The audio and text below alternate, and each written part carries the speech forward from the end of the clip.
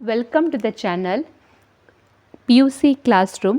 ಇವತ್ತಿನ ವಿಡಿಯೋದಲ್ಲಿ chapter 5 linear inequalities ಈ ಅಧ್ಯಾಯದಲ್ಲಿ ಬರುವಂತಹ rules for solving linear inequalities ಯಾವುದೆಲ್ಲ ಇದೆ ಅಂತ ಅರ್ಥ ಮಾಡಿಕೊಳ್ಳುವ. ನಾವು ಹಿಂದಿನ ವಿಡಿಯೋದಲ್ಲಿ ಲೀನಿಯರ್ ಇನಿಕ್ವಾಲಿಟೀಸ್ ಅಂದರೆ ಏನು, ಹಾಗೆ ಲೀನಿಯರ್ ಇನಿಕ್ವಾಲಿಟೀಸ್ನ ಟೈಪ್ಸ್ ಯಾವುದೆಲ್ಲ ಅಂತ ಕಲ್ತಿದ್ದೇವೆ. ಸೊ ಲೀನಿಯರ್ ಇನಿಕ್ವಾಲಿಟೀಸನ್ನು ಸಾಲ್ವ್ ಮಾಡಬೇಕು ಅಂತಾದರೆ ನಾವು ಕೆಲವೊಂದು ರೂಲ್ಸ್ಗಳನ್ನು ಫಾಲೋ ಮಾಡಬೇಕು. ಇದರಲ್ಲಿ 3 ರೂಲ್ಸ್ ಇದೆ. ಮೊದಲ rule, same number can be added or subtracted from both sides of inequality without affecting the sign ಅಂತ ಕೊಟ್ಟಿದ್ದಾರೆ. ಅಂದರೆ ಇನಿಕ್ವಾಲಿಟೀಸ್ ಅಂತ ಹೇಳುವಾಗ ಅದರಲ್ಲಿ ನಾವು ಲೆಫ್ಟ್ ಹ್ಯಾಂಡ್ ಸೈಡ್ ಮತ್ತು ರೈಟ್ ಹ್ಯಾಂಡ್ ಸೈಡನ್ನು ಕಾಣ್ಬೋದು. ಸೊ ಇಲ್ಲಿ ಮೊದಲನೇ ರೂಲಲ್ಲಿ ಯಾವುದೇ ಒಂದು ನಂಬರ್ ಅಂದರೆ ಸೇಮ್ ನಂಬರನ್ನು ನಾವು ಎಡಬದಿಯಲ್ಲಿ ಹಾಗೆ ಬಲಬದಿಯಲ್ಲೂ ಕೂಡ ಆ್ಯಡ್ ಮಾಡ್ಬೋದು ಅಥವಾ ಸಬ್ಟ್ರ್ಯಾಕ್ಟ್ ಮಾಡ್ಬೋದು. ಆ ರೀತಿ ಮಾಡಿದಾಗ ಅಲ್ಲಿ ಇರುವಂಥ ಲೀನಿಯರ್ ಇನಿಕ್ವಾಲಿಟಿಯ ಸೈನ್ ಏನಿದೆ ಆ ಸೈನಲ್ಲಿ ಯಾವುದೇ ರೀತಿಯ ಬದಲಾವಣೆ ಆಗುವುದಿಲ್ಲ. ಅದನ್ನು ನಾವು ಫಸ್ಟ್ ರೂಲ್ ಆಗಿ ತೆಗೆದುಕೊಳ್ಬೋದು. ಇದನ್ನು ನಾವೀಗ ಒಂದು ಎಕ್ಸಾಂಪಲ್ನ ಮೂಲಕ ಅರ್ಥಕೊಳ್ಳುವ. ಈಗ 2x - 3 < 15 ಅಂತ ತೆಗೆದುಕೊಂಡಿದ್ದೇನೆ. ಇದೊಂದು ಲೀನಿಯರ್ ಇನಿಕ್ವಾಲಿಟಿ. ಇಲ್ಲಿ ಲೆಫ್ಟ್ ಹ್ಯಾಂಡ್ ಸೈಡ್ 2x - 3 ಇದೆ, ಹಾಗೆ ರೈಟ್ ಹ್ಯಾಂಡ್ ಸೈಡಲ್ಲಿ 15 ಅಂತ ಇದೆ. ಸೊ ಈಗ ಮೊದಲಿಗೆ ನಾನಿಲ್ಲಿ ಏನು ಮಾಡ್ತಾ ಇದ್ದೇನೆ ಅಂದರೆ ಎರಡೂ ಬದಿಯಲ್ಲೂ ಕೂಡ 3ಯನ್ನು ಆ್ಯಡ್ ಮಾಡ್ತಾ ಇದ್ದೇನೆ. ರೂಲ್ನ ಪ್ರಕಾರ ಏನು ಹೇಳಿದ್ದಾರೆ, ಸೇಮ್ ನಂಬರನ್ನು ನಾವು ಲೀನಿಯರ್ ಇನಿಕ್ವಾಲಿಟಿಯ ಎರಡೂ ಬದಿಯಲ್ಲಿ ಆ್ಯಡ್ ಅಥವಾ ಸಬ್ಟ್ರ್ಯಾಕ್ಟ್ ಮಾಡಿದಾಗ ಅಲ್ಲಿರುವಂಥ ಸೈನಲ್ಲಿ ಯಾವುದೇ ಬದಲಾವಣೆ ಆಗುವುದಿಲ್ಲ ಅಂತೇಳಿ. ಹಾಗಾಗಿ ಇಲ್ಲೀಗ ಮೊದಲಿಗೆ ನಾನು ಇಲ್ಲಿ 3ಯನ್ನು ಆ್ಯಡ್ ಮಾಡ್ತಾ ಇದ್ದೇನೆ. ಸೊ ಇಲ್ಲಿ ಎಡಬದಿಯಲ್ಲಿ ಏನಾಗ್ತದೆ, 2x - 3 + 3 ಅಂತ ಆಗ್ತದೆ. ಅದೇ ರೀತಿ 15 ಹಾಗೆ +3 ಅಂತ ಆಗ್ತದೆ. ಸೊ ಇಲ್ಲಿ -3 ಇದೆ, ಇಲ್ಲಿ +3 ಇದೆ, ಇದೆರಡೂ ಕ್ಯಾನ್ಸಲ್ ಆಗ್ತದೆ. ಲೆಫ್ಟ್ ಹ್ಯಾಂಡ್ ಸೈಡಲ್ಲಿ 2x ಉಳಿತದೆ. ನೆಕ್ಸ್ಟ್ 15 + 3 ಅಂತ ಹೇಳಿದರೆ ನಮಗಿಲ್ಲಿ ಆನ್ಸರ್ 18 ಅಂತ ಸಿಗ್ತದೆ. ಸೊ 2x > 18 ಎನ್ನುವಂಥದ್ದು ಆನ್ಸರ್. ಇಲ್ಲಿ ಈಗ ಈ ಸೈನ್ ಏನಿದೆ ಈ ಸೈನಲ್ಲಿ ಯಾವುದೇ ನಾವು ಬದಲಾವಣೆಯನ್ನು ಮಾಡಲಿಕ್ಕಿಲ್ಲ. ಲೆಸ್ ದೆನ್ ಅಂತ ಇದೆ, ಸಾಲ್ವ್ ಮಾಡಿದ ನಂತರ ಕೂಡ ಲೆಸ್ ದೆನ್ ಅಂತ ಬರೀಬೋದು. ಅದೇ ರೀತಿ ಈ ಒಂದು ಇಕ್ವೇಷನ್ ಅಥವಾ ಲೀನಿಯರ್ ಇನಿಕ್ವಾಲಿಟಿಗೆ ನೀವು ಯಾವುದೇ ಒಂದು ನಂಬರನ್ನು ಲೆಫ್ಟ್ ಹ್ಯಾಂಡ್ ಸೈಡ್ ಮತ್ತು ರೈಟ್ ಹ್ಯಾಂಡ್ ಸೈಡ್ಗೆ ಸಬ್ಟ್ರ್ಯಾಕ್ಟ್ ಮಾಡಿದಾಗ ಕೂಡ ಅಲ್ಲಿ ಬರುವಂಥ ಆನ್ಸರ್ ಅಥವಾ ಉತ್ತರ ಏನಿದೆ ಅದರಲ್ಲಿರುವಂತಹ ಸೈನ್ ಏನಿದೆ ಅದರಲ್ಲಿ ಯಾವುದೇ ಬದಲಾವಣೆ ಆಗುವುದಿಲ್ಲ. ಸೊ ಇದು ಮೊದಲನೇ ರೂಲ್. ಎರಡನೇ ರೂಲಲ್ಲಿ ಏನು ಕೊಟ್ಟಿದ್ದಾರೆ, same positive number can be multiplied or divided from both side of inequality without affecting the sign.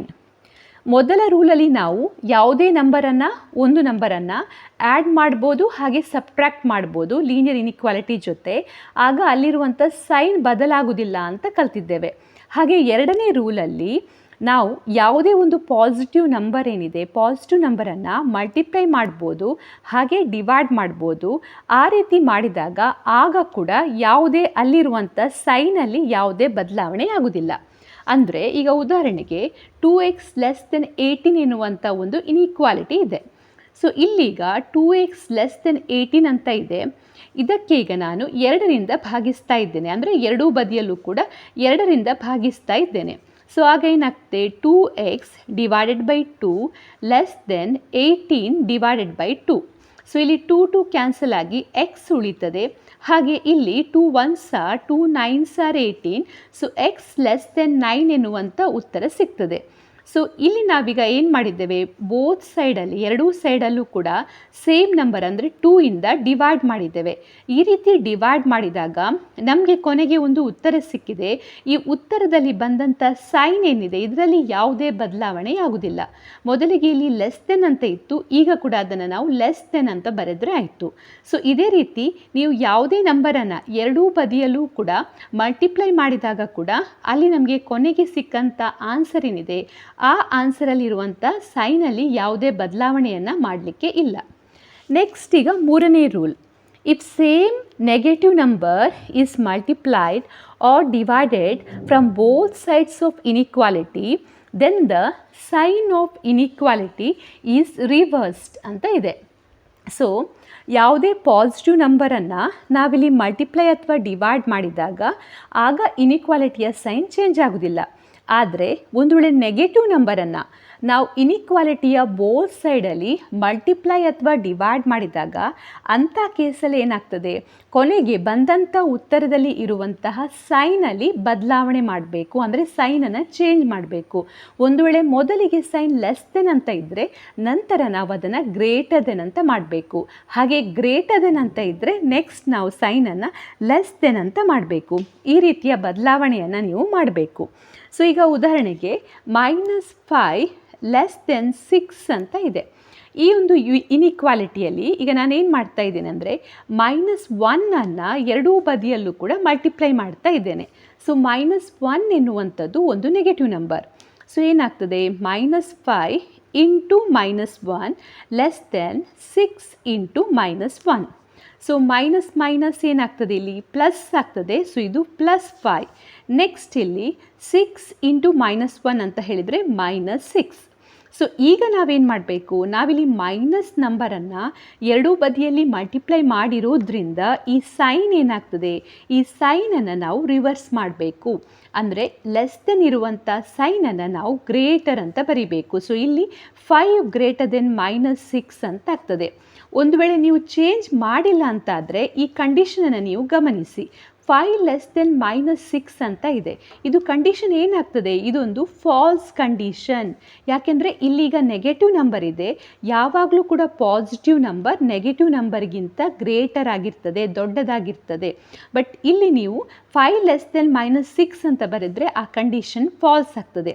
ಹಾಗಾಗಿ ನೀವೇನು ಮಾಡಬೇಕು, ಇಲ್ಲಿ ಮೊದಲಿಗೆ ಯಾವ ಸೈನ್ ಇದೆ ಆ ಸೈನನ್ನು ರಿವರ್ಸ್ ಮಾಡಿ ಬರೀಬೇಕು. ಸೊ ಇದು ಮೂರನೇ ರೂಲ್. ಸೊ ಈ ಮೂರನೇ ರೂಲಲ್ಲಿ ಏನಾಗ್ತದೆ ಅಂದರೆ, ಯಾವುದೇ ಒಂದು ಮೈನಸ್ ನೆಗೆಟಿವ್ ನಂಬರನ್ನು ನೀವು ಮಲ್ಟಿಪ್ಲೈ ಅಥವಾ ಡಿವೈಡ್ ಮಾಡಿದಾಗ, ಇನಿಕ್ವಾಲಿಟಿಯ ಎರಡೂ ಬದಿಯಲ್ಲಿ ಮಲ್ಟಿಪ್ಲೈ ಅಥವಾ ಡಿವೈಡ್ ಮಾಡಿದಾಗ ಕೊನೆಗೆ ಬಂದಂಥ ಉತ್ತರ ಏನಿದೆ ಅಲ್ಲಿ ಇರುವಂಥ ಸೈನನ್ನು ನೀವು ರಿವರ್ಸ್ ಮಾಡಬೇಕಾಗ್ತದೆ. ಲೆಸ್ ದೆನ್ ಅಂತ ಇದ್ದರೆ ಗ್ರೇಟರ್ ಮಾಡಬೇಕು, ಗ್ರೇಟರ್ ಅಂತ ಇದ್ದರೆ ಲೆಸ್ ದೆನ್ ಮಾಡಬೇಕು. ಒಂದು ವೇಳೆ ಮಾಡಿಲ್ಲ ಅಂತಾದರೆ ನಮಗೆ ಸಿಗುವಂಥ ಎಕ್ಸ್ಪ್ರೆಷನ್ ಅಥವಾ ಇನಿಕ್ವಾಲಿಟಿ ಏನಿದೆ ಅದು ಒಂದು ಫಾಲ್ಸ್ ಇನಿಕ್ವಾಲಿಟಿ ಅಂತ ಆಗ್ತದೆ.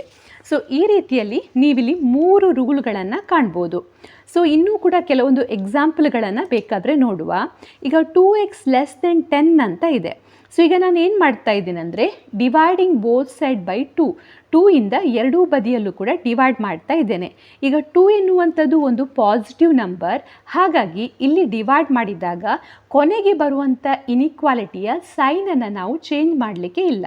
So 2x divided by 2 less than 10 divided by 2. So 2 cancel ಆಗಿ ನಮಗಿಲ್ಲಿ x less than 2 5s are 10, x less than 5 ಅಂತ ಸಿಗ್ತದೆ. ಸೊ ಇಲ್ಲಿ ಮೊದಲಿಗೆ ಲೆಸ್ ದೆನ್ ಅಂತ ಇತ್ತು, ಈಗ ಕೂಡ ಉತ್ತರದಲ್ಲಿ ಏನಿದೆ ಇನಿಕ್ವಾಲಿಟಿ ಲೆಸ್ ದೆನ್ ಅಂತ ಇದೆ.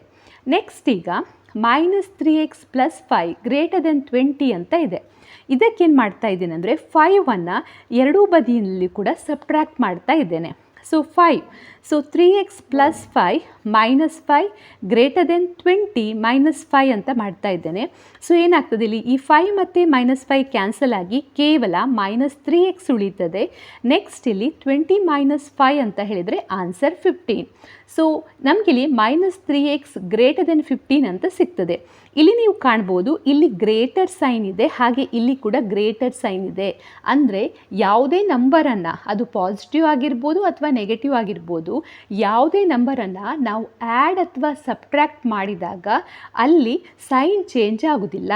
ಯಾವಾಗ ಸೈನ್ ಚೇಂಜ್ ಆಗ್ತದೆ, ನೀವು ನೆಗೆಟಿವ್ ನಂಬರನ್ನು ಮಲ್ಟಿಪ್ಲೈ ಅಥವಾ ಡಿವೈಡ್ ಮಾಡಿದಾಗ ಮಾತ್ರ ಸೈನ್ ಚೇಂಜ್ ಆಗ್ತದೆ. ಹಾಗಾಗಿ ಇಲ್ಲಿ ಗ್ರೇಟರ್ ಇದೆ, ಇಲ್ಲಿ ಕೂಡ ಗ್ರೇಟರ್ ಅಂತಾನೆ ಇದೆ. ನೆಕ್ಸ್ಟ್ ಈಗ ಇದನ್ನು -3ಇಂದ ಡಿವೈಡ್ ಮಾಡ್ತಾ ಇದ್ದೇನೆ. ಈಗ ಏನಾಗ್ತದೆ, ಇದೊಂದು ಮೈನಸ್ ಅಂದರೆ negative number.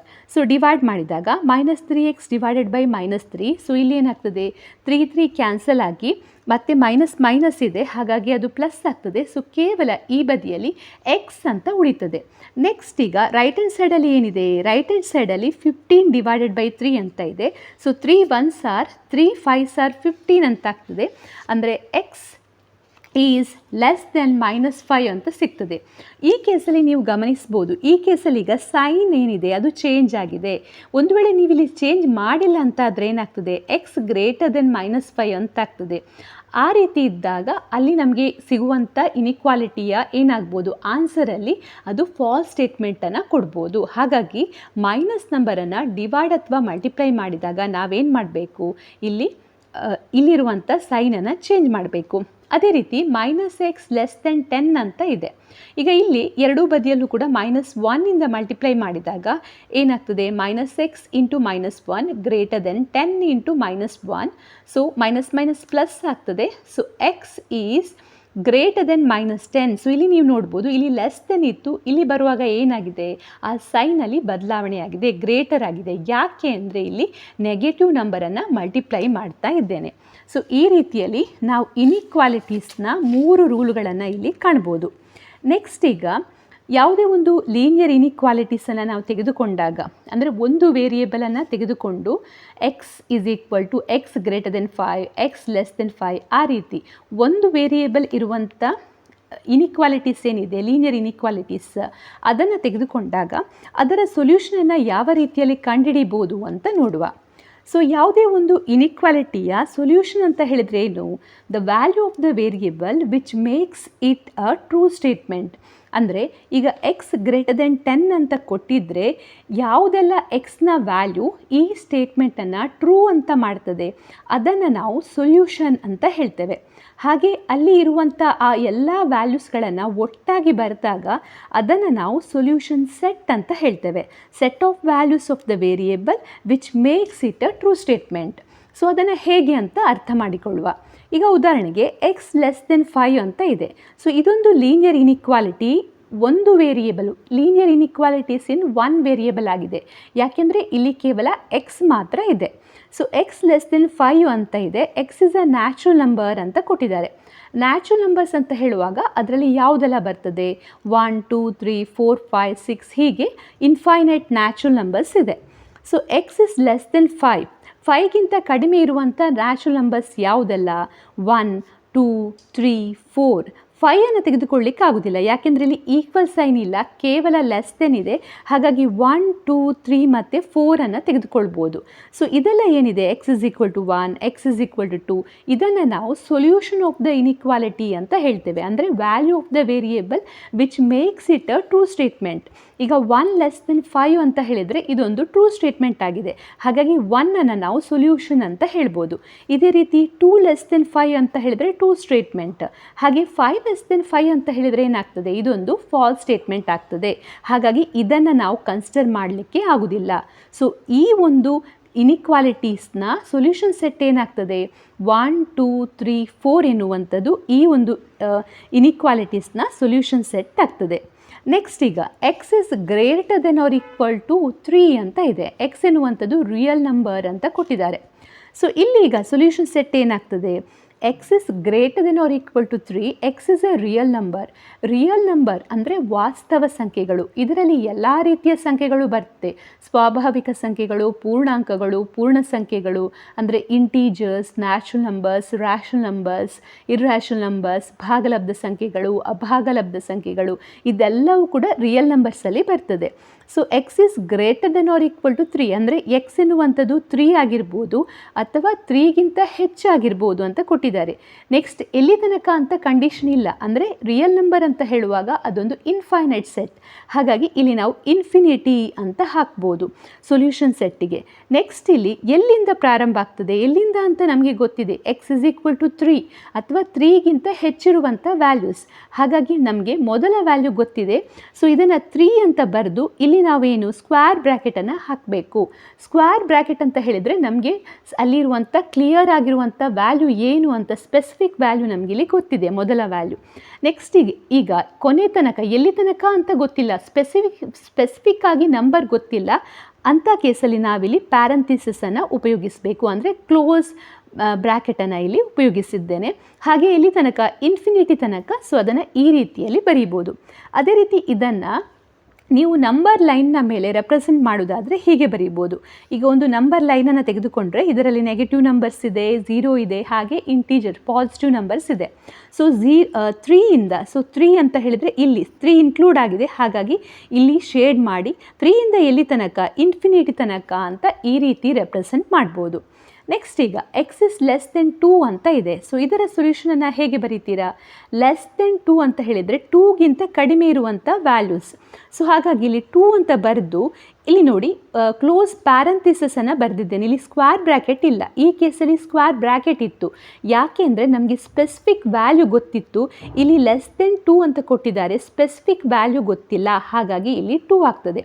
Next less than 2 ಅಂತ ಹೇಳುವಾಗ, ರಿಯಲ್ ನಂಬರ್ ಅಂತ ಹೇಳುವಾಗ ಇಲ್ಲಿ ಲೆಸ್ ದೆನ್ 2, ನೆಕ್ಸ್ಟ್ 1, 0, -1, -2 ಆ ರೀತಿಯಲ್ಲಿ ನೆಗೆಟಿವ್ ನಂಬರ್ಸ್ ಏನಿದೆ, ಇನ್ಫೈನೈಟ್ ಸೆಟ್ ಏನಿದೆ ಅದನ್ನು ನಾವು ಕನ್ಸಿಡರ್ ಮಾಡ್ಬೋದು. ಅದಕ್ಕೋಸ್ಕರ ಇಲ್ಲಿ ಮೈನಸ್ ಇನ್ಫಿನಿಟಿ. ಹಾಗೆ ಮೈನಸ್ ಇನ್ಫಿನಿಟಿ ಅಂತ ಹೇಳುವಾಗ ಅಲ್ಲಿ ಕೂಡ ನಮಗೆ ಸ್ಪೆಸಿಫಿಕ್ ನಂಬರ್ ಗೊತ್ತಿಲ್ಲ, ಹಾಗಾಗಿ ಇಲ್ಲಿ ನೀವು ಪ್ಯಾರಂಥಿಸಸನ್ನು ಉಪಯೋಗಿಸಬೇಕು. ನಿಮಗೀಗ ಒಂದು ವೇಳೆ ಸ್ಪೆಸಿಫಿಕ್ ನಂಬರ್ ಗೊತ್ತಿದ್ದರೆ ಅಂಥ ಸಂದರ್ಭದಲ್ಲಿ ನೀವು ಸ್ಕ್ವೇರ್ ಬ್ರ್ಯಾಕೆಟನ್ನು ಉಪಯೋಗಿಸ್ಬೋದು. ಸ್ಪೆಸಿಫಿಕ್ ಆಗಿ ನಂಬರ್ ಗೊತ್ತಿಲ್ಲ ಅಂತಾದರೆ ಪ್ಯಾರಂಥಿಸಸನ್ನು ಉಪಯೋಗಿಸಬೇಕು. ನೆಕ್ಸ್ಟ್ ಈಗ ಇದನ್ನು ನಂಬರ್ ಲೈನ್ನ ಮೇಲೆ ಹೇಗೆ ರೆಪ್ರೆಸೆಂಟ್ ಮಾಡ್ತೀರಾ? ಸೊ ಈಗ ಈ ನಂಬರ್ ಲೈನಲ್ಲಿ ಲೆಸ್ ದೆನ್ 2 ಅಂತ ಹೇಳಿದರೆ 2 ಎನ್ನುವಂಥದ್ದು ಇನ್ಕ್ಲೂಡ್ ಆಗಿಲ್ಲ, ಹಾಗಾಗಿ ಇಲ್ಲಿ ನೋಡಿ ಸರ್ಕಲನ್ನು ನೀವು ಹೋಲು ಈ ರೀತಿಯಲ್ಲಿ ಬರೆದು ಬಿಡಬೇಕು. ಇದನ್ನು ಶೇಡ್ ಮಾಡಲಿಕ್ಕೆ ಇಲ್ಲ, ಯಾಕೆಂದರೆ 2 ಇನ್ಕ್ಲೂಡ್ ಆಗಿಲ್ಲ. ಲೆಸ್ ದೆನ್ 2ಇಂದ ಎಲ್ಲಿ ತನಕ, ಮೈನಸ್ ಇನ್ಫಿನಿಟಿ ತನಕ. ಸೊ ಈ ರೀತಿಯಲ್ಲಿ ನೀವು ಅದನ್ನು ನಂಬರ್ ಲೈನ್ನ ಮೇಲೆ ರೆಪ್ರೆಸೆಂಟ್ ಮಾಡ್ಬೋದು. ಸೊ ಇದು ರೂಲ್ಸ್ ಆಫ್ ಇನ್ಇಕ್ವಾಲಿಟೀಸ್ ಹಾಗೆ linear inequalities in one variables.